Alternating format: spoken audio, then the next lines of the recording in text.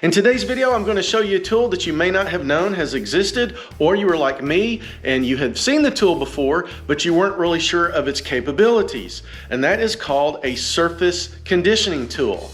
The one I'm going to show you today came from vevor.com, and it's kind of like an angle grinder, but it's a little bit bigger. Here it is next to a 4-inch angle grinder. And instead of using discs like an angle grinder, it uses these 4-inch drums.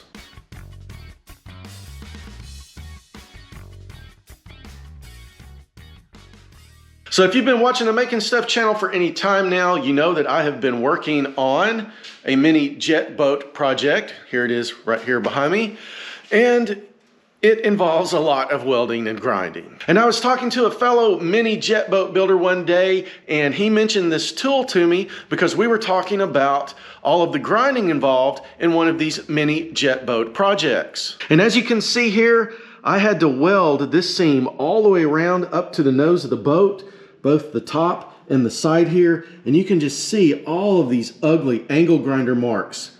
It is smooth, but there's these marks in here, and I used 80 grit disc, and then I worked my way up and then used a 120. But like I said, this is just ugly. Here, I didn't even hit it with the angle grinder because there was no need to. And you can also see it's not a straight line. It's all jagged and there's points and everything here. So I'm going to show you how to fix this with the surface conditioning tool. Okay, so the only other thing you're going to need is some blue painter's tape. And yes, this is just like painting. You mask off the area that you want to be polished. And I know some of you are thinking the same thing I was the first time I saw this, is that machine is going to rip this tape right off the side of your boat. So here's one of those 4-inch drums, and it's just easier for me to show you with this than it is the tool. When it's on the tool, it's going to spin like this, where the bottom side is going to come towards me. And all you want to do is make sure that you run along this edge of the tape like this with that bottom edge like so. Now if I turned it like this, it's going to spin, and if it hits this edge of the tape, it's going to grab it and rip it right off. Same right here on this.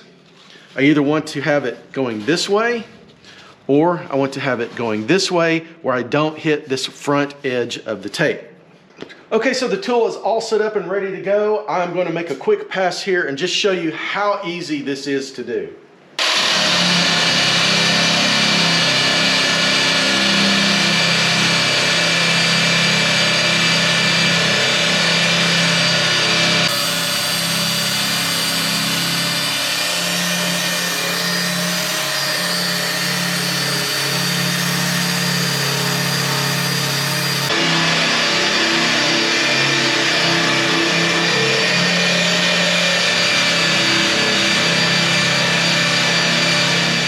Okay, so I got this side finished, but before I pull the tape off, I want to show you a mistake that I made.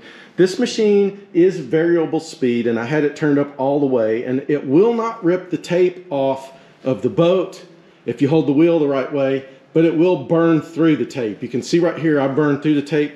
That's because I had it on full speed when I started, and I found that by using this tool, if I'm on a tape edge, I'll turn it down to about half speed and just give light touches, just no more than the weight of the machine. I won't like push down on it to try and get it to work faster. But on these tape edges, I run at about half speed, had no issues on the rest of this side of the boat. It's just when I had it on full speed right here, it did burn through. And then one other suggestion I've got before removing the tape, get you a bunch of lights, set them up at different angles, and then just come down here and look at different angles at your boat, especially along this tape line, because you can find places where it looks fine from up top, and then when you look at it from the side, like right here, probably need to hit that area real quick, which I'd rather do it now while it's taped off than try and re-tape that line and hit it again. But yeah, for the most part, this is completely done. Let's remove the tape and see what it looks like. All right, so this is what it looks like with the tape removed. I got a nice sharp corner there, and then straight lines going up and down the boat. This did a pretty good job, and I think it looks a lot better than what it did when I started. So here's some different angles on that side of the boat. Let me know what you guys think about this. Did I screw up? Did I mess up the boat? Do you like the way it looks? Let me know down in the comments below. So now that I've showed you how the tool works, let me give you a little rundown on it. As I said before, I did get it from Vevor, and because prices fluctuate and things go on and off of sale, I no longer include prices in my videos. If you want to know the current price on this, check the link in the description, but I will say this, at the time of filming this video, the price of this was well under $100. The tool does come with 4 of these 4-inch drums. I've got 1 installed and then 3 extras, and they appear to be some type of Scotch-Brite type material. I'm not really sure, and I couldn't really find any information on the grit of these. Based on the performance it did on my jet boat, I'm going to guess that it's between 120 and 200, somewhere in that medium range. And also the tool is variable speed. There is this little knob right here that you can actually move it, the speed, while you're holding it in your hand. And it goes between 1 and 6. And if you look at the chart right here, the lowest speed it'll go is 500 RPM and the highest it will go is 3,000.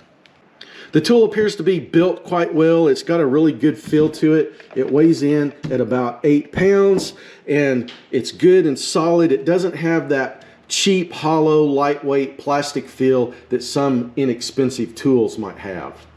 Also, I want to point out, this does not take the place of an angle grinder. On this boat, I would still have to grind the edges down and then go back and hit it with the surface conditioning tool. This is more like a polisher with an abrasive wheel on it, and it will work on other materials. It's not just made for aluminum. It'll work on wood, steel, stainless steel, and other non-ferrous metals. Okay, so let's try something different. I've got a piece of steel here on the table, and if you look real close, it's got a lot of rust on it. This was run on the plasma coater, so it did get wet, and it's a piece of scrap, and over time it has just rusted.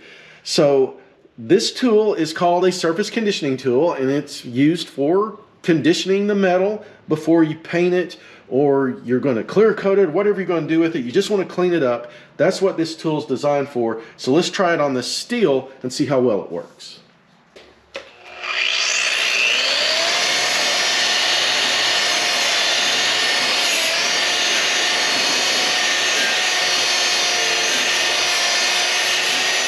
Okay, so it did a pretty good job cleaning up this steel. You can see it's all nice and shiny. Everywhere that I hit with that surface conditioning tool, the rust is gone. So it did a pretty good job of cleaning up this steel. Another material that Vevor says that this thing is excellent at cleaning up is stainless steel. And my table here has a stainless steel top, and you can see here it's got a lot of grime and everything on it. This table has not been cleaned in quite a while. So let's run it on here and see how well it works on my work table.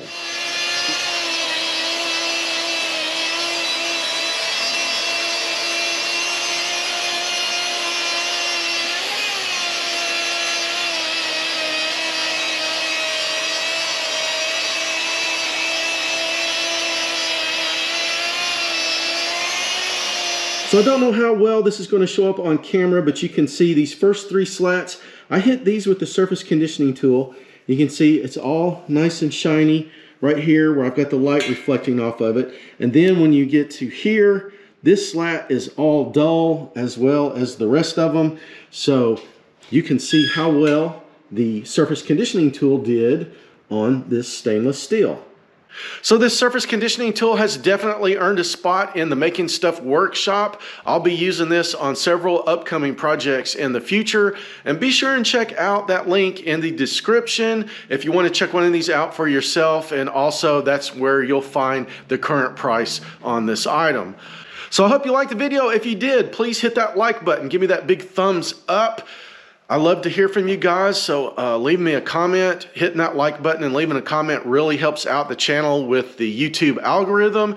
And if you aren't a subscriber, please consider hitting that subscribe button and ringing that bell so you don't miss any upcoming Making Stuff videos. And thanks for watching.